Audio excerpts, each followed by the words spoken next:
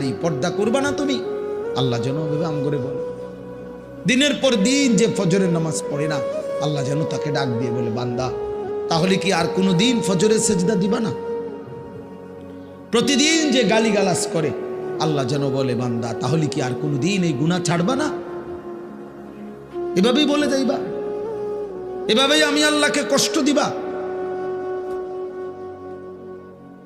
তো এই ডাকাত সর্দার ফুজাইল, উনি তখন এই আয়াত হঠাৎ করে গভীর রাতে ওনার এই কথাইটা, উনি তো বুঝছে অর্থ, ওনার কলিজার মধ্যে গভীর রাতের নিস্তব্ধ, চারিদিকে তো ঠান্ডা নীরব, এই এক আয়াত ওনার কলিজা ছিদ্র করে ফেলছে, দিলে লাগছে। উনি পিছন দিকে ফিরে এসে চলে আসছে, বালা ইয়া রব্বি কদ আনা, আর চিৎকার করে দুই হাত তুলে বলছে, আয় রব, আয় মাওলা, সময় হলো, হয়েছে সময়, আমি আর এই নাফরমানির জিন্দেগি করব না, দিলাম ছাইড়া। এরপরে আমি যেটা বুঝাইছি আরেকটু রয়েছে কথা।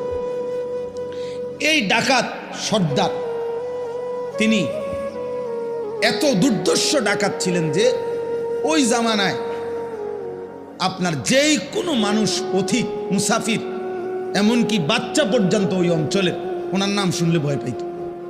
তো কিতাবে লিখছে যে মায়েরা তাদের বাচ্চাদেরকে দুষ্টামি করলে, ঘুম যাইতে না চাইলে ভয় লাগানোর জন্য বলতো, এই ফুজাইল রে ডাকি, তো বাচ্চা কাঁপতে শুরু করত, মানে তাইলে বাচ্চা সোজা হয়ে যেত, চুপ হয়ে যেত, এমন ভয় পাইতো তাকে, বাচ্চারা পর্যন্ত ভয় পাইতো তার নাম শুনে।